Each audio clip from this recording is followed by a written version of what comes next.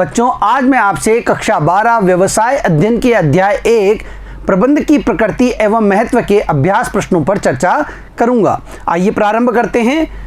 अति लघुत्रात्मक प्रश्न। पहला प्रश्न है, प्रबंधन से क्या आशय है। देखिए बच्चों, प्रबंधन क्या है? दूसरों से कार्य करवाने की कला प्रबंध कहलाती है। आइए इसका उत्तर भी देख लेते हैं। प्रबंधन को प्रभावी ढंग से और कुशलता से लक्ष्यों को प्राप्त करने के उद्देश्य से किए जाने वाले कार्यों के रूप में परिभाषित किया जाता है। लक्ष्यों को प्राप्त करने के उद्देश्य से किए जाने वाले कार्य, और किस प्रकार से? प्रभावी और कुशलता से। यह एक ऐसा पर्यावरण तैयार करने और बनाए रखने की प्रक्रिया है जिसमें समूहों में काम करने वाले व्यक्ति चयनित उद्देश्यों को कुशलतापूर्वक और प्रभावी ढंग से प्राप्त कर सकते हैं। जो समूह में काम करने वाले व्यक्ति हैं वो चयनित उद्देश्यों को कुशलता से प्राप्त करें, प्रभावी ढंग से प्राप्त करें, ऐसा वातावरण तैयार करना इसमें शामिल होता है। आइए आगे देखते हैं। प्रबंधन की किन्हीं दो महत्वपूर्ण विशेषताओं का नाम दें। प्रबंधन की दो महत्वपूर्ण विशेषताएं। प्रबंधन की महत्वपूर्ण विशेषता है, प्रबंध एक उद्देश्यपूर्ण प्रक्रिया है। किन्हीं निश्चित उद्देश्यों की पूर्ति के लिए किया जाने वाला यह क्या है? कार्य है। उद्देश्यों के ऊपर यह आधारित होता है। प्रबंध सर्वव्यापी है। देखिए, प्रबंध हर जगह होता है, चाहे संगठन बड़ा हो छोटा हो, संगठन राजनीतिक हो, सामाजिक हो, व्यावसायिक संगठन हो, चाहे लाभकारी संगठन हो या गैर लाभकारी संगठन हो, सभी जगह प्रबंध होता है। उस घटक को पहचानें और बताएं जो प्रबंधन के सभी अन्य कार्यों को बांधता है। देखिए, बांधने का कार्य समन्वय करता है। आइए देखते हैं। वह घटक है समन्वय, जो प्रबंधन के सभी अन्य कार्यों को उद्देश्यों की प्राप्ति हेतु एक सूत्र में बांधती है। यह जो प्रबंध के उद्देश्य हैं उनको पूरा करने के लिए किए जाने वाले कार्यों को एक सूत्र में बांधने का कार्य करता है। किसी संगठन के विकास के किन्हीं दो संकेतकों की सूची बनाएं। कोई संगठन विकास कर रहा है, इसके कौन कौन से संकेतक हैं? देखिए, बिक्री में वृद्धि होना, विक्रय में वृद्धि होना, कर्मचारियों की संख्या में वृद्धि होना और पूंजी के निवेश में वृद्धि होना, यह किसी संगठन के विकास को प्रदर्शित करने वाले कारक हैं। पांचवा प्रश्न है, भारतीय रेलवे ने एक नई ब्रॉडगेज सौर ऊर्जा ट्रेन शुरू की है जिसका उद्देश्य ट्रेनों को हरित और पर्यावरण के अनुकूल बनाना है। सौर ऊर्जा DEMU diesel electric multiple unit में 6 ट्रेलर कोच हैं और इससे लगभग 21,000 लीटर डीजल की बचत और प्रतिवर्ष 12 लाख रुपए की लागत बचत सुनिश्चित करने की उम्मीद है। उपरोक्त मामले में भारतीय रेलवे द्वारा हासिल प्रबंधन के उद्देश्यों का नाम दें। आइए देखते हैं। भारतीय रेलवे द्वारा प्राप्त प्रबंधन उद्देश्य सामाजिक उद्देश्य है। समाज के लाभ के लिए वो ये कार्य करने जा रही है। सामाजिक उद्देश्यों में समाज के लिए लाभ का सृजन शामिल है। इसमें समग्र रूप से समाज के लिए लगातार आर्थिक मूल्यों की रचना करना शामिल है। समाज के लिए लगातार आर्थिक मूल्यों की रचना की जा रही है। आगे देखते हैं बच्चों, लघुत्रात्मक प्रश्न। पहला प्रश्न है, ऋतु एक बड़े कॉरपोरेट हाउस के उत्तरी प्रभाग की प्रबंधक है।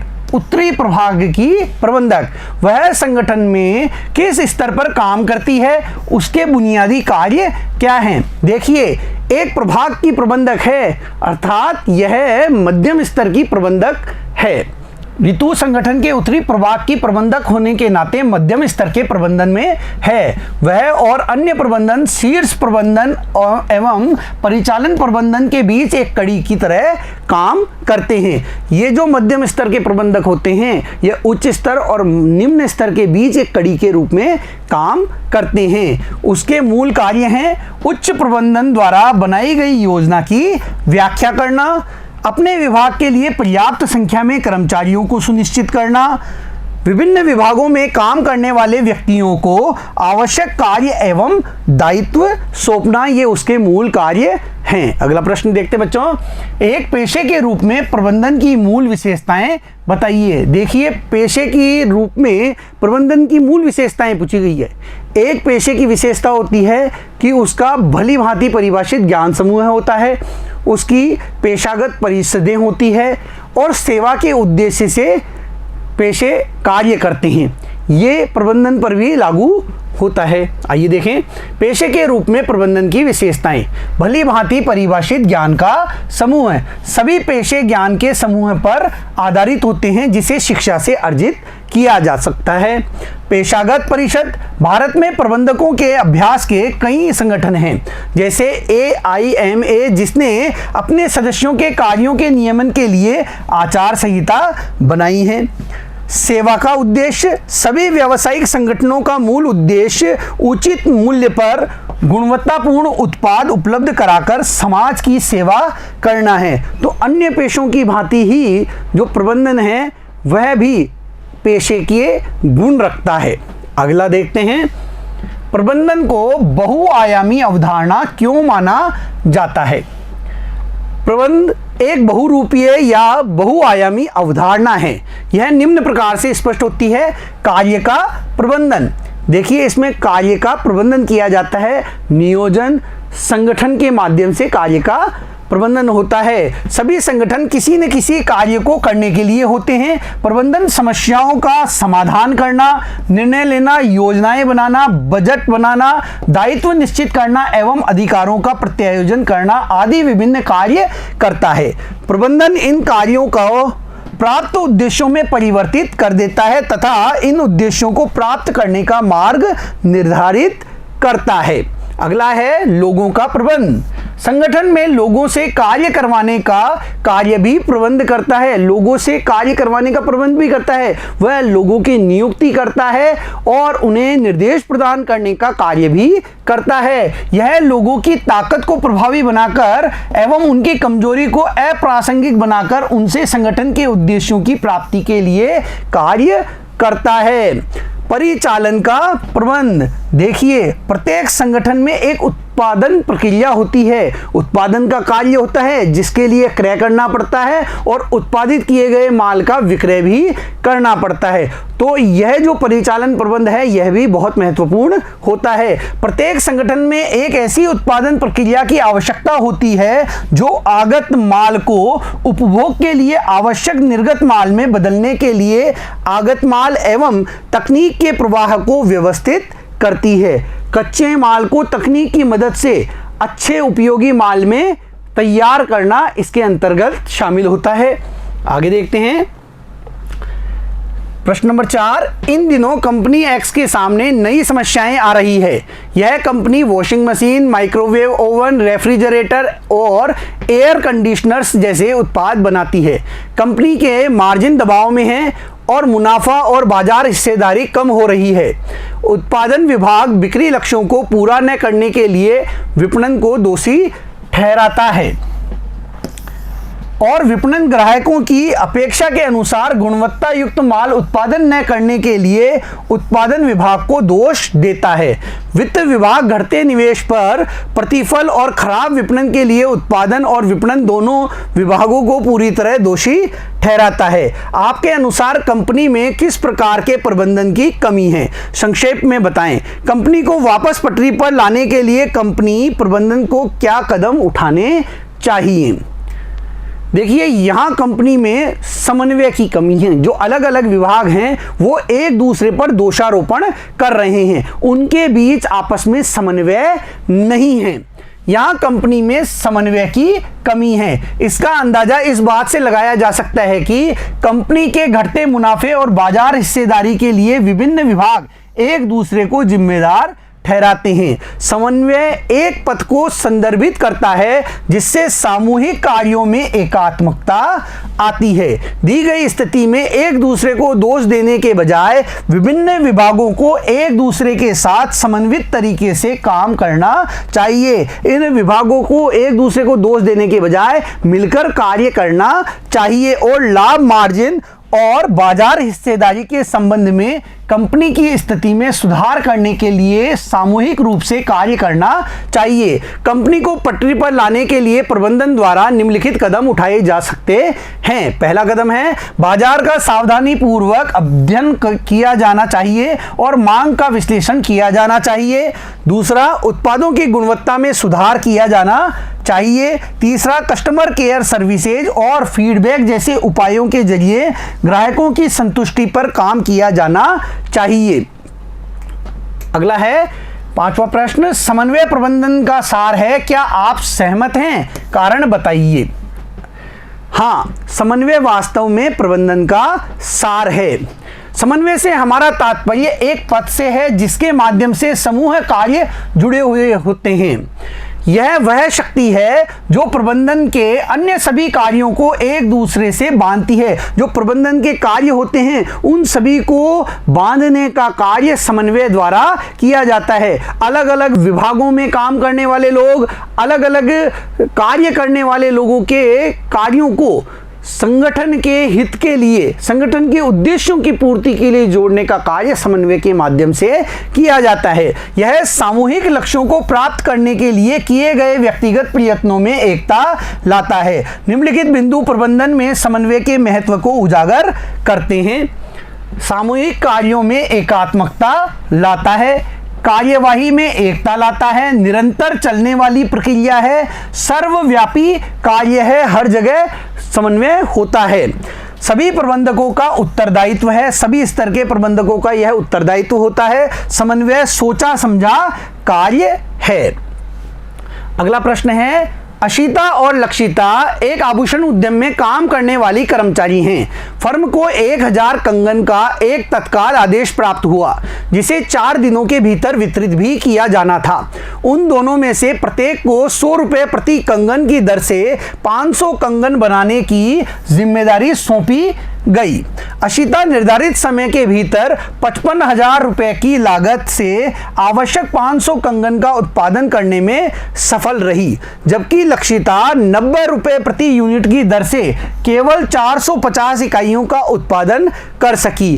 क्या अशिता और लक्षिता कुशल और प्रभावी हैं? अपने उत्तर का औचित्य सिद्ध करते हुए कारण दें। देखिए यहाँ पर हम देखते हैं कि जो अशिता है उसने 100 रुपये प्रति कंगन की दर निश्चित की गई थी, लेकिन उसने 110 रुपये की दर से निर्माण कार्य किया। 500 कंगन तो तैयार कर दिए, लेकिन 110 रुपये की दर से।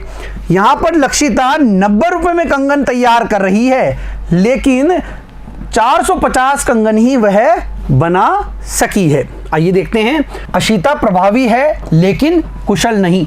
देखिए अशिता प्रभावी है क्योंकि उसने निर्धारित समय में काम पूरा कर लिया है, लेकिन वह कुशल नहीं है क्योंकि वह लागत को कम नहीं रख पाई। इसकी वजह यह है कि अशिता ने समय पर काम पूरा कर लिया लेकिन अधिक लागत पर। प्रभाव का तात्पर्य अंतिम परिणामों पर ध्यान देने के साथ दिए गए कार्य को आवश्यक समय में पूरा करना है, जबकि लक्षिता न तो कुशल है और न ही प्रभावी। ऐसा इसलिए है क्योंकि लक्षिता ने लक्ष्य पूरा नहीं किया था। भले ही उसने कम लागत पर इकाइयों का उत्पादन किया, लेकिन लक्ष्य को प्राप्त नहीं करना उसे अक्षम और अप्रभावी बना देगा। देखिए जो लक्षिता है वो अक्षम और अप्रभावी क्यों है? क्योंकि उसने निर्धारित लक्ष्य को प्राप्त नहीं किया है। लागत कम रखने में वह सफल रही लेकिन लक्ष्य पूरा नहीं कर पाई, यही उसको अक्षम और अप्रभावी बना रहा है। निबंधात्मक प्रश्न। पहला प्रश्न है, प्रबंधन को कला और विज्ञान दोनों माना जाता है, व्याख्या करें। आइए देखते हैं, प्रबंधन विज्ञान है या कला? प्रबंध के क्षेत्र में यह प्रश्न सदैव विवादास्पद रहा है कि प्रबंध एक विज्ञान है या कला या दोनों। यहाँ हम विज्ञान एवं कला दोनों के अर्थ एवं विशेषताओं को समझने के पश्चात ही यह निर्णय करेंगे कि प्रबंध विज्ञान है या कला या दोनों हैं। हम कला के रूप में भी देखेंगे और विज्ञान के रूप में भी देखेंगे, फिर तय करेंगे कि यह विज्ञान है या कला। प्रबंध कला के रूप में कला इच्छित परिणामों को पाने के लिए वर्तमान ज्ञान का व्यक्तिगत एवं दक्षतापूर्ण उपयोग है। इसे अध्ययन, अवलोकन एवं अनुभव से प्राप्त किया जा सकता है। कला का संबंध ज्ञान के व्यक्तिगत उपयोग से है। सैद्धांतिक ज्ञान का होना, कला क्यों माना जाए? सैद्धांतिक ज्ञान का होना। कला सैद्धांतिक ज्ञान पर आधारित होता है। प्रबंध कला है क्योंकि कला की तरह प्रबंध के विभिन्न क्षेत्रों में साहित्य तथा अध्ययन सामग्री उपलब्ध है। इसके अपने मूलभूत सिद्धांत भी हैं। ये सर्वव्यापी सिद्धांत है। कला की तरह ही प्रबंध के भी कई सिद्धांत हैं और ये सर्वव्यापी सिद्धांत हैं। दूसरा है व्यक्तिगत प्रयोग। सभी लोग अलग अलग प्रकार से काम करते हैं क्योंकि सभी के काम करने का तरीका अलग होता है। कला की भांति ही प्रबंध का उपयोग भी सभी अलग अलग तरीके से करते हैं। जैसे रंगों का संयोजन करके अलग अलग चित्रकार अलग अलग प्रकार के चित्र बनाते हैं, उसी प्रकार प्रबंध के जो सिद्धांत हैं उनका भी उपयोग अलग अलग व्यक्ति अलग अलग तरीके से करता है। गए अभ्यास एवं सृजनशीलता पर आधारित। कला अभ्यास तथा सृजनशीलता पर आधारित होते हैं। किसी भी व्यक्ति की क्षमता इस बात पर निर्भर करती है कि उसने कितना अभ्यास किया है। जिस प्रकार कला को अभ्यास तथा अनुभव द्वारा सुधारा जा सकता है, इसी प्रकार प्रबंध को भी अभ्यास तथा अनुभव द्वारा सुधारा जा सकता है। समेकित रूप से कहा जा सकता है कि प्रबंध एक कला है क्योंकि एक सफल प्रबंधक प्रबंध के विभिन्न क्षेत्रों में विशिष्टता प्राप्त कर उनका प्रयोग अपने उपक्रम में करता है। प्रबंधक वह है जो व्यवहार, रचनात्मक कल्पना शक्ति, पहल क्षमता आदि को मिलाकर कार्य करता है। एक प्रबंधक प्राप्त ज्ञान का परिस्थिति जन्य वास्तविकता में व्यक्ति अनुसार एवं दक्षता अनुसार उपयोग करता है, जिससे नए सिद्धांतों का जन्म होता है। जो प्रबंधक होता है वह अपने प्राप्त ज्ञान का परिस्थिति के अनुसार, व्यक्ति अनुसार और दक्षता के अनुसार काम में उनको लेता है, जिससे नए नए सिद्धांत प्रतिपादित होते हैं। सर्वश्रेष्ठ प्रबंधक वह होते हैं जो समर्पित हैं, जिन्हें उच्च प्रशिक्षण एवं शिक्षा प्राप्त है। उनमें उत्कृष्ट आकांक्षा, सृजनात्मकता एवं कल्पनाशीलता जैसे व्यक्तिगत गुण होते हैं।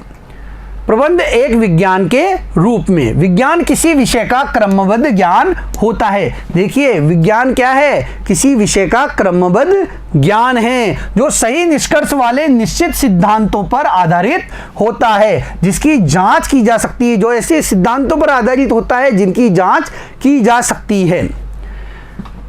क्रमबद्ध व्यवस्थित ज्ञान समूह है। प्रबंध का विज्ञान की तरह ही क्रमबद्ध व्यवस्थित ज्ञान समूह है। इनके सिद्धांत कारण तथा परिणाम के बीच संबंध प्रकट करते हैं जो सिद्धांतों, अभ्यासों तथा प्रयोगों पर आधारित होते हैं। परीक्षण पर आधारित सिद्धांत। देखिए विज्ञान की तरह ही प्रबंध के भी परीक्षण पर आधारित सिद्धांत हैं। वैज्ञानिक सिद्धांत कई वर्षों के शोध, परीक्षण, प्रयोग तथा अवलोकन के बाद प्राप्त होते हैं। उसी तरह प्रबंध के सिद्धांत भी नियंत्रित परिस्थितियों में बार बार परीक्षण एवं अवलोकन के आधार पर विकसित होते हैं। अतः विज्ञान की तरह ही प्रबंध में भी परीक्षण पर आधारित सिद्धांत हैं। व्यापक वैधता। देखिए प्रबंध के सिद्धांतों की भी विज्ञान के सिद्धांतों की भांति ही व्यापक वैधता है। वैज्ञानिक सिद्धांत सत्य पर आधारित होते हैं तथा सभी लोगों द्वारा स्वीकृत होते हैं। इसी प्रकार प्रबंध के सिद्धांत भी सत्य पर आधारित होते हैं, इसलिए ये व्यापक रूप से वैध होते हैं। प्रबंध के सिद्धांतों में परिस्थितियों के अनुसार संशोधन किया जाता है। इन सिद्धांतों का प्रबंधकों को प्रशिक्षण एवं उनके विकास के लिए भी उपयोग किया जाता है। प्रबंध विज्ञान है एवं कला दोनों की विशेषताएं लिए है। देखिए प्रबंध विज्ञान और कला दोनों की विशेषताएं लिए हुए है। प्रबंध का उपयोग कला है एवं प्रबंध के सिद्धांतों का उपयोग करना विज्ञान है। अनुभव के आधार पर, व्यवहार के आधार पर प्रबंध का उपयोग करना क्या है? कला है। और उसके सिद्धांतों का उपयोग करना विज्ञान है। कला एवं विज्ञान के रूप में प्रबंध एक दूसरे से भिन्न नहीं बल्कि पूरक हैं। अगला प्रश्न देखते हैं बच्चों। प्रश्न नंबर 2, क्या आपको लगता है कि प्रबंधन में एक पूर्ण पेशे की विशेषताएं हैं? यहां यह पूछा गया है कि प्रबंधन में पेशे की विशेषताएं हैं। आइए देखते हैं। पेशा वह है जो विशिष्ट ज्ञान और प्रशिक्षण द्वारा समाज के विभिन्न वर्गों की सेवा के लिए किया जाता है। एक ओर तो व्यवसाय निगमित स्वरूप में वृद्धि हुई है, तो दूसरी ओर व्यवसाय के प्रबंध पर अधिक जोर दिया जा रहा है।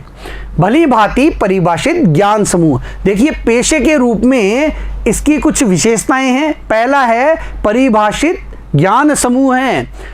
सभी पेशे भली भांति परिभाषित ज्ञान समूह पर आधारित होते हैं, क्योंकि अलग अलग पेशे के लिए अलग ज्ञान और अलग शिक्षा होती है, जिसे काफी लंबे समय की पढ़ाई के बाद प्राप्त किया जाता है।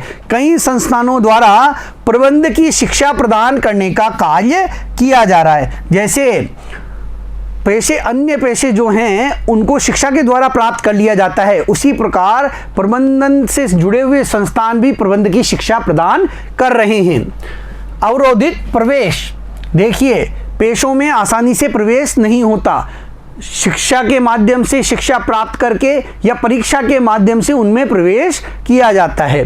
पेशे में हर कोई आसानी से प्रवेश नहीं ले सकता, क्योंकि इसमें प्रवेश प्रतिबंधित होता है। यह केवल परीक्षा अथवा शैक्षणिक योग्यता के द्वारा संभव हो पाता है। व्यावसायिक इकाई अपने संगठन में प्रबंधक को नियुक्त करते समय उसकी शैक्षणिक योग्यता को ध्यान में रखती है।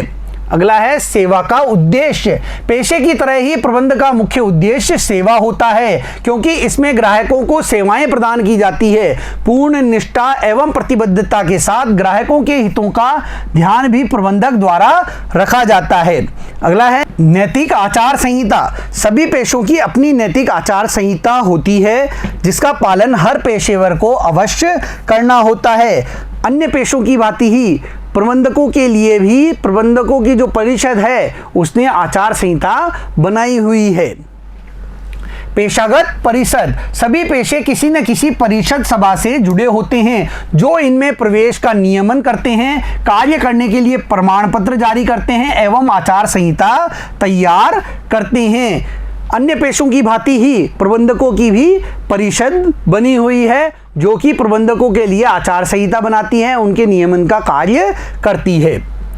वैसे तो प्रबंध के लिए किसी भी प्रकार की विशेष डिग्री तथा प्रमाण पत्र की आवश्यकता नहीं होती और न ही किसी प्रकार की नैतिक आचार संहिता का पालन करना होता है। प्रबंध पेशे की सभी विशेषताओं को पूरा नहीं करता, अतः इसे एक पूर्ण पेशा नहीं कहा जा सकता है। देखिए यह पेशे की पूरी विशेषताओं का चूंकि पालन नहीं करता है, इसलिए इसे पूर्ण रूप से पेशा नहीं कहा जाता। तीसरा प्रश्न है, एक सफल उद्यम को अपने लक्ष्यों को प्रभावी ढंग से और कुशलतापूर्वक हासिल करना होता है, स्पष्ट करें। यह बिल्कुल सही है कि एक सफल उद्यम को अपने लक्ष्यों को प्रभावी ढंग से और कुशलतापूर्वक हासिल करना होता है। यह केवल प्रबंध के द्वारा ही संभव हो सकता है। प्रबंधक ही प्रभावपूर्णता एवं कुशलता में संतुलन स्थापित करता है। प्रबंध के महत्व को हम निम्न बिंदुओं की सहायता से स्पष्ट कर सकते हैं। सामूहिक लक्ष्यों की प्राप्ति में सहायक, प्रबंध कर्मचारियों में टीम भावना एवं समन्वय का विकास करने में सहायता करता है, ताकि संगठन के निर्धारित उद्देश्यों को प्राप्त किया जा सके। कार्य क्षमता में वृद्धि करता है। प्रबंध कर्मचारियों की कार्य करने की क्षमता, योग्यता तथा कुशलता में वृद्धि करता है। इससे संसाधनों का उचित प्रयोग संभव हो पाता है, जिससे लागतें कम आती है तथा उत्पादकता बढ़ती है। देखिए प्रबंधन अपने कर्मचारियों को प्रेरित करके कम लागत पर उत्पादन के लिए तैयार करता है, जिससे लागतें कम होती है और उत्पादकता बढ़ती है और उनकी कार्य क्षमता में भी वृद्धि होती है।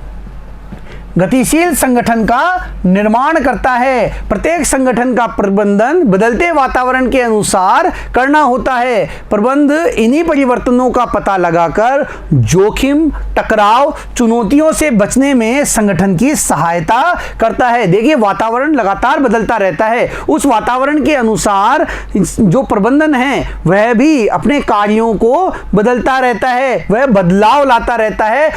समाज के विकास में सहायक प्रबंध बहुउद्देशीय होते हैं, जो इसके विभिन्न घटकों के उद्देश्यों को पूरा करते हैं। यह अच्छी गुणवत्ता वाली वस्तुएं, सेवाएं, रोजगार के अवसर प्रदान कर समाज के विकास में सहायता करता है।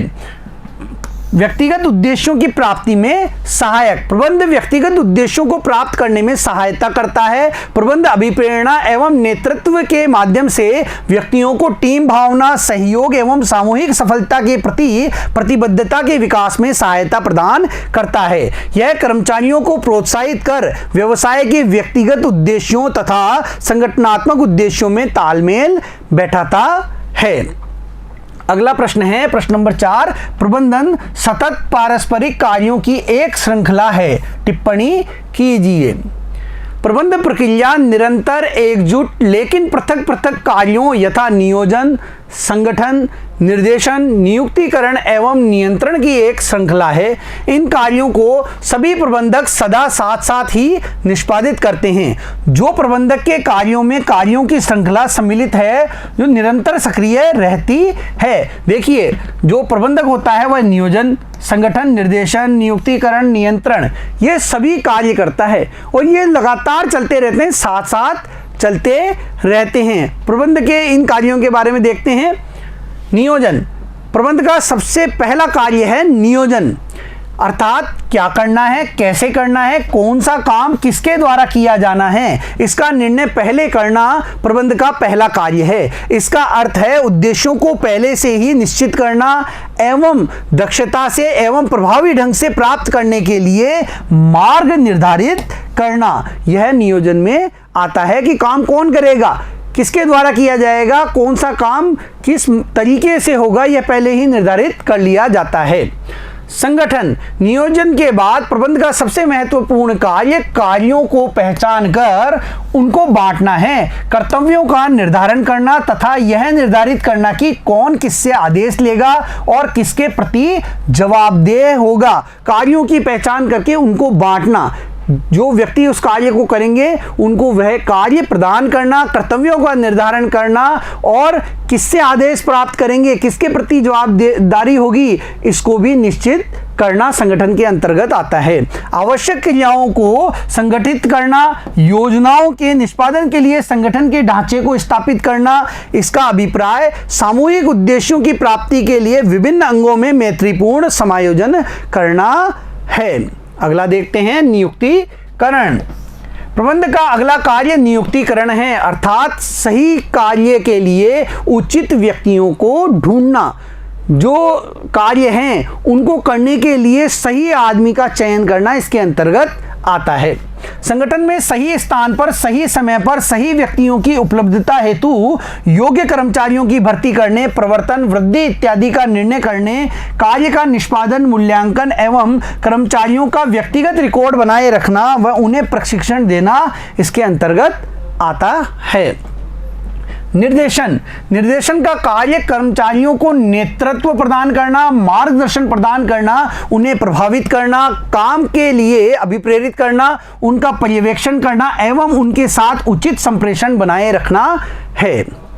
अगला है नियंत्रण। देखिए, यह भी महत्वपूर्ण कार्य होता है। जो परिणाम हमने प्राप्त किए हैं उनका जो लक्ष्य हमने पहले निर्धारित किए थे उनके बीच में जो अंतर आ रहा है उसको पहचानना इसके अंतर्गत आता है और पहचान कर जो कमी है उसको दूर करने का प्रयास करना भी इसके अंतर्गत आता है।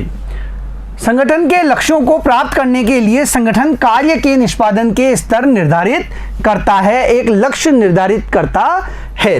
वास्तविक निष्पादन को नियोजित निष्पादन से तुलना करना, कमियों और कारणों का पता लगाकर सुधारात्मक कार्यवाही करना है। इसका उद्देश्य वास्तविक परिणामों को इच्छित परिणामों के नजदीक लाना है। जो इच्छित परिणाम थे, जो हमने सोचे थे, मान लीजिए हमने लक्ष्य रखा था 100 का और हमारे वास्तविक परिणाम आए 90, तो ये जो बीच का अंतर है इसके कारणों का पता लगाना, किस कारण से ये परिणाम पूरे नहीं हो पाए, ये पूरे वास्तविक लक्ष्य इच्छित लक्ष्यों के बराबर नहीं पहुंच पाए, इन कमियों को पता लगाना, कारणों का पता लगाकर उन्हें दूर करने का कार्य नियंत्रण के अंतर्गत किया जाता है। आगे देखते हैं 5वां प्रश्न, एक कंपनी कम बिक्री के कारण बाजार में अपने मौजूदा उत्पाद को संशोधित करना चाहती है। आप किसी भी उत्पाद की कल्पना कर सकते हैं जिसके बारे में आप परिचित हैं। प्रबंधन के प्रत्येक स्तर को इस निर्णय को प्रभावी करने के लिए क्या कदम उठाने चाहिए? आइए देखें। बाजार में मौजूदा उत्पाद को संशोधित करने के लिए प्रबंधक के प्रत्येक स्तर पर निम्नलिखित निर्णय या कदम उठाए जाने चाहिए। उच्च स्तरीय प्रबंध के कार्य। देखिए, उच्च स्तरीय प्रबंध क्या कर सकता है? इसके लिए संगठन के उद्देश्यों को निर्धारण करता है, वह विभिन्न विभागों के बीच एकता और सामंजस्य स्थापित करता है, व्यावसायिक योजनाओं नीतियों को तैयार करना, संसाधन जुटाना एवं वित्त की व्यवस्था करना, व्यावसायिक पर्यावरण तथा उनके प्रभावों का विश्लेषण करना। मध्य स्तरीय प्रबंध क्या कर सकता है? उच्च प्रबंध द्वारा बनाई योजनाओं और नीतियों की व्याख्या करना व लागू करना, उनकी व्यूह रचना का क्रियान्वयन करना, अपने विभाग में पर्याप्त संख्या में कर्मचारियों को सुनिश्चित करना ताकि वो निर्धारित योजना के अनुसार कार्य कर सकें, कर्मचारियों को उनका कार्य एवं दायित्व सौंपना, संबंधित विभागों का मार्गदर्शन या नेतृत्व करना, कर्मचारियों को प्रेरित करना इसके अंतर्गत आता है। निम्न स्तरीय प्रबंध, पर्यवेक्षीय प्रबंध, प्रचालन प्रबंध। मध्य स्तरीय प्रबंधकों के दिशा निर्देशों को कर्मचारियों तक पहुंचाना, कर्मचारियों में अनुशासन बनाए रखना एवं उन्हें परिश्रम करने के लिए प्रेरित करना, कर्मचारियों को सुझाव देना तथा उनकी समस्याओं को हल करना, कर्मचारियों के लिए जरूरी उपकरणों की व्यवस्था करना एवं उचित कार्य वातावरण प्रदान करना, उत्पाद की गुणवत्ता बनाए रखना, माल की हानि को कम रखना एवं सुरक्षा स्तर को बनाए रखना, ये निम्न स्तर पर किए जाने वाले कार्य हैं। अगला है 6ठा प्रश्न, एक फर्म भविष्य की योजनाएं तैयार करती है और कुशल पर्यवेक्षी कर्मचारियों और नियंत्रण प्रणाली के साथ उसके संगठन का ढांचा भी मजबूत है, लेकिन कई अवसरों पर यह पाया जाता है कि योजनाओं का पालन नहीं किया जा रहा। इससे भ्रम और काम का दोहराव उत्पन्न होता है। उपाय सुझाएं। देखिए, ये जो स्थिति है वो समन्वय के अभाव के कारण होती है। आइए देख लेते हैं। संगठन में जिस मुख्य पहलू पर काम करने की आवश्यकता है वह है समन्वय। कई अवसरों पर यह पाया जाता है कि योजनाओं का पालन नहीं किया जा रहा है। इससे भ्रम और काम का दोहराव उत्पन्न होता है। योजनाओं को सही तरीके से काम में नहीं लिया जा रहा है। जो योजनाएं निर्धारित की गई हैं उसके अनुरूप काम नहीं हो रहा है। इससे भ्रम और काम का दोहराव उत्पन्न हो जाता है। समन्वय का अर्थ है समूहों और व्यक्तियों के कार्यों को जोड़ना। यह संगठन की सुचारू कार्य प्रणाली सुनिश्चित करने के लिए कर्मचारियों की गतिविधियों को बांधता है। नंबर 1, विभिन्न प्रबंधन कार्यों को मजबूत समन्वय के साथ जोड़ा जाना चाहिए ताकि काम में किसी भ्रम से बचा जा सके। नंबर 2, प्रबंधन के हर स्तर नियोजन के चरण से जहां उद्देश्य निर्धारित हैं एक दूसरे के साथ समन्वित होना चाहिए। जहां उद्देश्य निर्धारित किए जाते हैं वहां भी समन्वय होना चाहिए। इसके बाद प्लानिंग स्टेज और स्टाफिंग स्टेज के बीच की जरूरत होती है ताकि सही लोगों को काम पर रखा जा सके। अगला, निर्देशन और नियंत्रण के कार्यों को भी एक दूसरे के साथ समन्वित किया जाना चाहिए। तीसरा बिंदु है, यह सुनिश्चित किया जाना चाहिए कि कार्यबल को उचित दिशा देने के साथ साथ प्रेरणा भी दी जाए। कर्मचारियों को प्रेरणा भी प्रदान की जाए ताकि काम में किसी तरह की अराजकता और दोहराव से बचा जा सके। काम में किसी प्रकार का दोहराव न हो और न ही कर्मचारी अराजक हों।